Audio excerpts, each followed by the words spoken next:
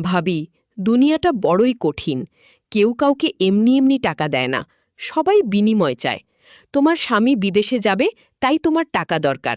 আমি তোমাকে টাকা ধার দিব, তবে আমি তোমার সাথে একটি কাজ করতে চাই।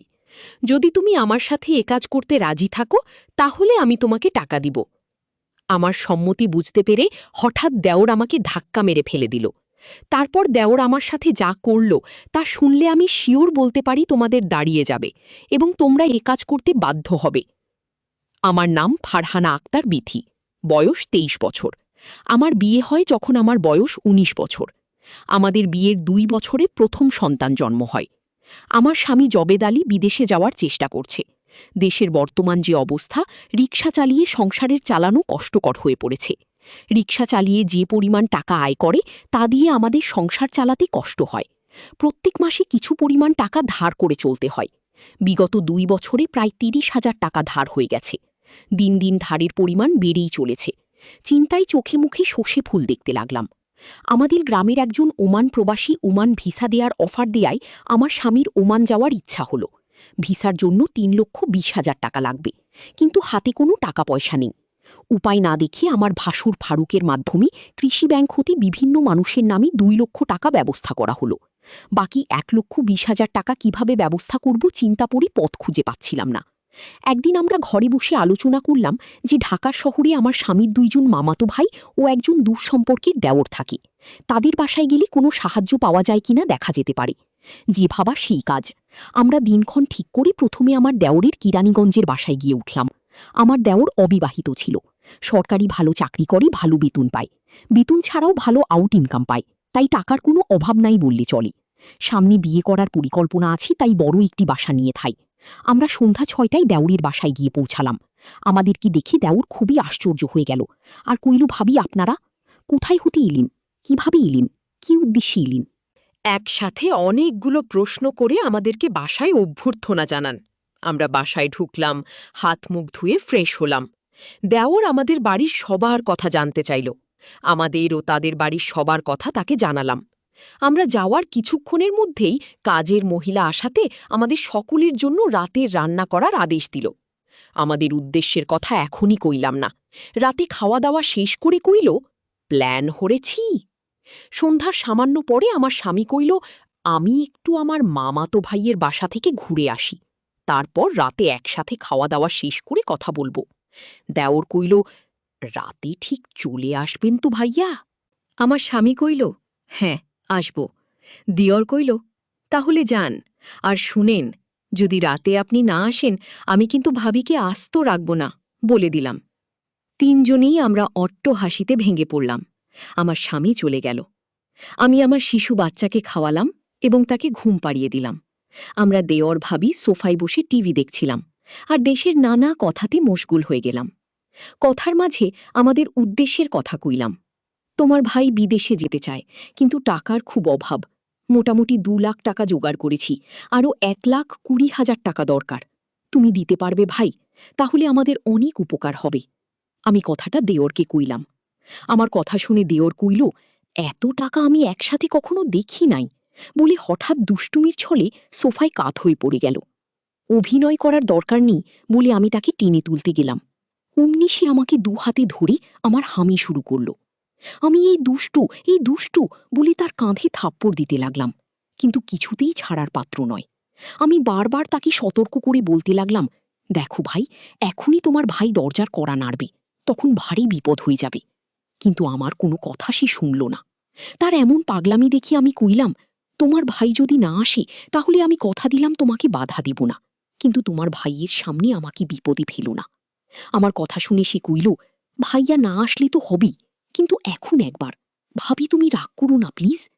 তখন আমি নিরুপায় হই, তার সাথে রাজি না হয়ে পারলাম না। তারপর আমরা রাতের খাবার খেয়ে নিলাম। আমার স্বামী ছবেদ আলী সেদিন রাতে আর বাসায় আসলো না। তার জন্য অপেক্ষা করতে করতে আমরা শুয়ে পড়লাম। সেদিন রাতে আমি একটুও ঘুমাতে পারলাম না। সকালে গোছল ছেড়ে আমরা স্বাভাবিকভাবে নাস্তা সেরে নিলাম। আমার স্বামী ছবেদ আলী বাসায় আসলো ৯টায়। তাকে নাস্তা দিলাম। আমরা চলে যাবার চিন্তা করলাম। তার আগে আবার একবার দেওরকে টাকার কথা কইলাম। দেওর কইল, টাকা জোগাড় করতে আমার সপ্তাহখানিক সময় লাগবে। কখন টাকা লাগবে তোমাদের? কেমন হবে লোকটি? আমাকে কি কষ্ট দিবে? আরও ভাবছি, তারা কি একসাথে দুজনে আসবে নাকি মেহমান একা করবে? মনের ভিতর একটা চঞ্চলতা কাজ করতে লাগল। আজ আমার দেওরের মধ্যে আমাকে নিয়ে কোনো আগ্রহ লক্ষণই দেখতে পাচ্ছি না। সম্ভবত রাতের মেহমানের জন্য আমাকে ফ্রি রাখতে চাচ্ছে। রাত ৮টা বাজলে আমি দেওরকে কইলাম, খেয়ে নেবে না? মেহমানের জন্য অপেক্ষা করবে। কইল, না, মেহমান খেয়ে আসবে, চলো আমরা খেয়ে নিই। আমরা খেয়ে নিলাম। আমরা বসে বসে টিভি দেখছি। প্রায় রাত 10টা। দরজায় খটখট আওয়াজ শুনলাম। বুঝলাম মেহমান এসে গেছে। আমার সমস্ত শরীরে এক অজানা শিহরণ জেগে উঠল। কিছুক্ষণের মধ্যে আমার নিয়ে এক অজানা অচেনে পুরুষ শুরু করবে। আমার বিপদের সময় আমাকে 5,000 টাকা দিবে। আমার দেওর দরজা খুলে দিল। মেহমান ঘরে ঢুকে জানতে চাইল, তোমার বিথি ভাবি কই? দেওর বলল, ভিতরে আছে। দুজনে একসাথে আমি যে ঘরে আছি সে ঘরে চলে এলো। দেওর তার সাথে আমাকে পরিচয় করিয়ে দিল। লোকটির দৃষ্টি আমার উপর। লোকটি দেওরের উদ্দেশ্য করে কইল, তোমার ভাবিকে দেখতে দারুণ লাগছে। আমি এক মনে টিভির দিকে তাকিয়ে আছি আর চোখে লোকটির আবয়ব দেখছি। ফর্সা সুন্দর চেহারার লোক। আমার দেওর কয়েক মিনিট পর বলে, উঠো, তোমরা বসে কথা বলো, আমি একটু পাশের রুম হতে আসছি। সে আসবে না, আমি জানি। সেটা বলে লোকটির কাছে আমাকে হাওলা করে দিয়ে গেল। লোকটিও সেটা বুঝেছে। দেওর বের হওয়ার সাথে সাথে লোকটি আমাকে অনেকক্ষণ পর আমার হাতে 5,000 টাকার বান্ডিল দিয়ে পাশের রুমে গিয়ে আমার দেওরকে নিয়ে ঘুমিয়ে গেলাম। সেই রাতে আমি একটুও ঘুমাতে পারিনি।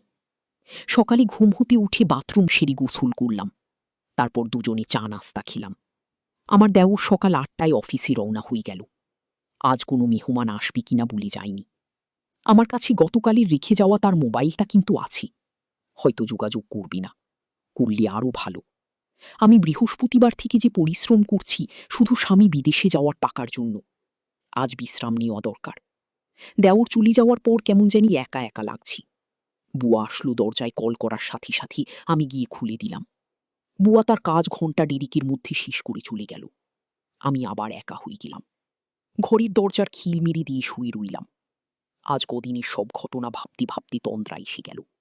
হঠাৎ মনে হলো দরজা খুলে কেউ যেন প্রবেশ করছে। ভাবলাম আমার দেওরটা হয়তো আজ তাড়াতাড়ি ফিরে এসেছি। তাই শোয়া হতে উঠলাম না।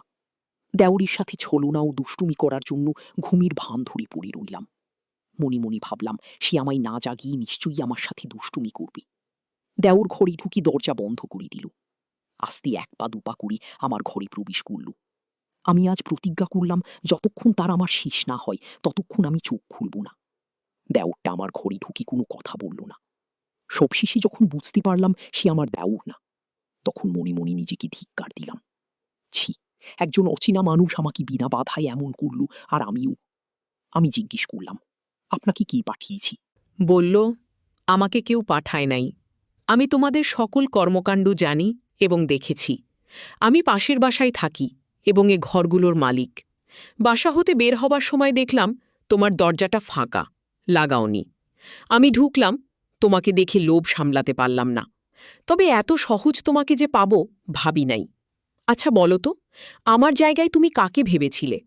কইলাম, আমার দেওরকে। সে বলল, তুমি এখানে এসে এ কাজে লিপ্ত হলে কেন? জবাবে কইলাম, আমার স্বামী বিদেশে যাওয়ার জন্য 1,20,000 টাকা ধার চাইতে এসেছিলাম। টাকা জোগাড়ের কথা বলে আমার দেওর আমাকে রেখে দেয়, আর বিভিন্ন লোক আসে এবং যাওয়ার সময় 5,000 টাকা দিয়ে যায়। এ পর্যন্ত 15,000 টাকা জোগাড় হয়েছে। আমি সত্যিকারে এমন নই। স্বামীর মঙ্গল এবং দেওরের অনুরোধে এমনটা করেছি। তোমার কি আপন দেওর? না, আমার স্বামীর গ্রাম্য বাল্যবন্ধু এবং দুঃসম্পর্কের চাচাতো ভাই। লোকটি হেসে উঠল। তাই চিন্তা করো না, আমি তোমাকে সাহায্য করব। আমি এখানে একা থাকি, কেউ নেই। যতদিন থাক আমি তোমাকে চাই। আমি এখনই তোমাকে 300 টাকা দিচ্ছি। এ বলে বাসায় গিয়ে টাকা নিয়ে ফিরে আসো। আমার 300 টাকার বান্ডিল দিয়ে কইল, কাউকে বলবে না। তোমার দেওর 1,00,000 টাকা দিলেও এগুলো তোমার শুধু দিনের একটা সময় তোমাকে চাই, যতদিন এখানে থাকো। আমি মেঘনা চাইতে বৃষ্টি পেলাম। আমার দেওর অফিসে চলে গেলে আমার একাকিত্বের সঙ্গী পেলাম, যেটা আমার দেওরও কখনো জানবে না। সন্ধ্যার পরে আমার দেওর অফিস থেকে ফিরে এলো, সাথে একজন কোট টাই পরা ভদ্রলোক। দরজায় নক করতে আমি দরজা খুলে দিলাম। সাথীর মেহমানের চোখাচোখি হলো। আমি কোনো প্রকার সম্ভাষণ না করে দরজা হতে ফিরে এলাম। লোকটি মৃদুস্বরে জিজ্ঞেস করল, এটা নাকি তোমার ভাবি? দেওর বলল, হ্যাঁ। তারা আমার পাশের রুমে ঢুকল। আমার দেওর তাকে বসিয়ে আমার রুমে আসলো। আমি কিছু জানতে চাওয়ার আগে সে বলতে লাগল, বুঝলে ভাবি, দুনিয়াটা খারাপ হয়ে গেছে। কেউ কাউকে সাহায্য করতে চায় না। সবাই চায় সাহায্যের বিনিময়ে কিছু পেতে। আমি পড়েছি মহা বিপদে। তোমাদের টাকা জোগাড় করতে তোমাকে ভিন্ন পথে ব্যবহার করতে হচ্ছে। বাধ্য হয়ে আজ আবার একজনকে নিয়ে আসতে হলো। আমি কোনো উত্তর দিলাম না। সে একটু থেমে আবার বলতে লাগল, মেহমানের নাম মিস্টার ইলভেন। বাংলাদেশে এসেছ বেড়াতে। গ্রাম্য শাড়ি পরা ললনা নাকি তার খুব পছন্দ। আমার সাথে পরিচয় ৬ মাস পর্যন্ত। আজ দেখা হতে তোমার সমস্যার কথা বলতে আসার আগ্রহ দেখালে নিয়ে আসলাম। আমি শুধু কইলাম, মেহমানকে কি খাওয়াবে? বলল, সে বিষয়ে তুমি চিন্তা করো না। আমি হোটেল থেকে নিয়ে আসো। তুমি খেয়ে নাও, আমরা দুজনে একসাথে খাব। সে কাপড় বদলে পাশের রুমে চলে গেল। সে ফাঁকে আমি খেয়ে নিলাম। রাত 8:30 বেজে গেল। দেওর ইলভেনের জন্য খাবার আনতে বের হল। সে বের হবার সাথে সাথে লোকটি ঘরে প্রবেশ করল। সরাসরি আমার পাশে সোফায় বসে গেল। আমি একটু লজ্জাবনতভাবে উঠে দাঁড়িয়ে তাকে বসার জন্য অনুরোধ করলাম। সে বসে আমাকে তার পাশে বসতে বলল। আমাদের বাংলাদেশিদের চেয়ে বিদেশিরা অনেক স্মার্ট। ওদের তুলনায় আমার স্বামী কিছুই না। সবশেষে সে যখন চলে যাবে, সে আমাকে 10,000 টাকা হাতে ধরিয়ে দিল। এভাবে আমার 1,20,000 টাকা জোগাড় হয়ে গেলে দেওরকে কইলাম আমি চলে যেতে চাই। দেওর না বলল না। তারপরের দিন সকালে আমায় বাসে তুলে দিলে আমি বাড়ি চলে এলাম। কয়েকদিন পর আমার স্বামী বিদেশে চলে গেল। এখন আমাদের সংসারে কোনো অভাব নেই।